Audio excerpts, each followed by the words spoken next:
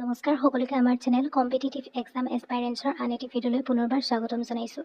যদি প্ৰথমবাৰ আমাৰ চেনেলটো ভিজিট কৰিছে তেনেহ'লে দেৰি নকৰি চেনেলটো ছাবস্ক্ৰাইব কৰি কাষতে থকা বেল আইকনটো প্ৰেছ কৰি অল কৰি দিব যাতে আমাৰ আহিবলগীয়া ভিডিঅ'ৰ নটিফিকেশ্যনসমূহ লাভ কৰে। যিসকল কেণ্ডিডেটে টেটকাম ৰিক্ৰুইটমেণ্ট টেষ্ট পাছ কৰিছে আৰু আজি তেওঁলোকৰ নাম আহিছে জিটি আৰু পিজিটিৰ ক্ষেত্ৰত সেইসকল কেণ্ডিডেটক আমাৰ তৰফৰ পৰা শুভেচ্ছা জ্ঞাপন কৰিছোঁ।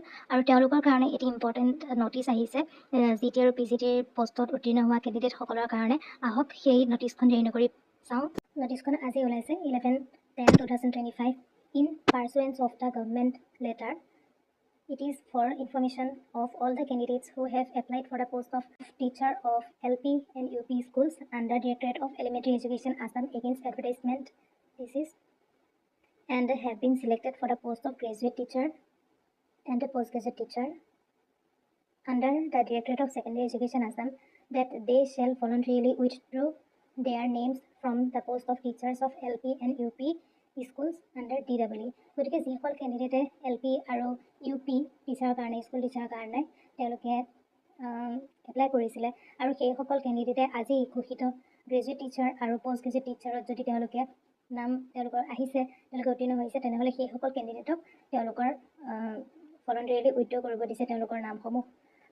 যি LP আৰু UP তেওঁলোকৰ নাম আহিছিলে সেইসকল কেণ্ডিডেটে যদি পষ্ট গ্ৰেজুৱেট আৰু গ্ৰেজুৱেট টিচাৰ নাম পাইছে তেনেহ'লে সেইসকল কেণ্ডিডেটৰ নামসমূহ LP আৰু UPৰ ছেকশ্যনৰ পৰা আঁতৰাব দিছে।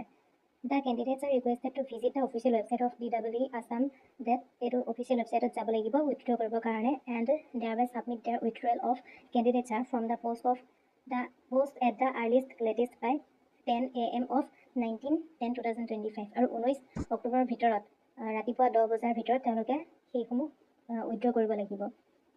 ইয়াতে আৰু কৈছে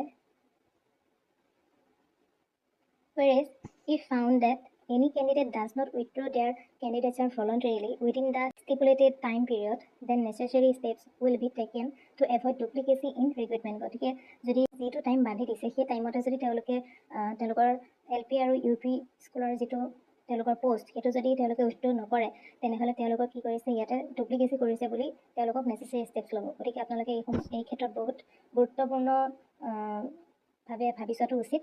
আৰু যদি আপোনালোকে তেনে হৈছে আপোনালোকৰ নাম যদি আজি ঘোষিত গ্ৰেজুৱেট টিচাৰ আৰু পষ্ট গ্ৰেজুৱেট টিচাৰৰ ফাইনেল লিষ্টত আহিছে আৰু লগতে যদি আপুনি LP আৰু UPত এপ্লাই কৰিছিলে তেনেহ'লে আপোনালোকে দেৰি নকৰি LP আৰু UPৰ পষ্টৰ পৰা আপোনালোকৰ নামসমূহ উইথড্ৰ কৰিব। গতিকে আজি এইটো হৈছে মষ্ট এটা ইম্পৰ্টেণ্ট এটা নটিচ। গতিকে ভিডিঅ'টো আপোনালোকৰ যিসমূহ চিনাকি আছে এই ক্ষেত্ৰত সেইসমূহক শ্বেয়াৰ কৰিব আৰু এনেধৰণৰ ইনফৰ্মেটিভ ভিডিঅ'সমূহ লাভ কৰিবৰ কাৰণে আমাৰ চেনেলটো ছাবস্ক্ৰাইব কৰি ৰাখিব।